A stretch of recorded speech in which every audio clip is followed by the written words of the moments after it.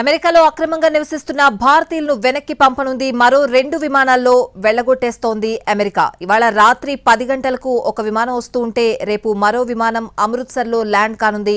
మరోవైపు ఈ విషయంపై కేంద్రం, పంజాబ్ సర్కార్ మధ్య పంచాయతీ ముదురుతోంది. భారత ప్రధాని అమెరికా పర్యటన ముగిసింది. 2 రోజుల్లో పలు ఒప్పందాలు జరిగాయి. ట్రంప్తో మీటింగ్ అయిన వెంటనే ప్రధాని మోడీ భారత్కు వచ్చేశారు. ఈ మీటింగ్ ముగిసిన కొన్ని గంటల్లోనే అగ్రదేశం అమెరికా సంచలన నిర్ణయం తీసుకుంది. అమెరికాలోని ఇండియాకు చెందిన అక్రమ వలసదారులను ప్రత్యేక విమానాల్లో భారత్కు పంపించనుంది ట్రంప్ ప్రభుత్వం. C-17 globe master 3 US military air craft లో అక్రమ వలసదారులను తరలిస్తున్నారు. తొలి విమానంలో రానున్న 119 మంది భారత వలసదారులు 67 మంది పంజాబ్ కు చెందిన వారున్నారు. మిగిలిన వారు హర్యానాకు చెందిన 33 మంది, గుజరాత్ కు చెందిన 8 మంది, ఉత్తరప్రదేశ్ 3, గోవా 2, రాజస్థాన్ 2, మహారాష్ట్ర 2, జమ్మూ కాశ్మీర్ 1, హిమాచల్ ప్రదేశ్ 1 ఉన్నారు.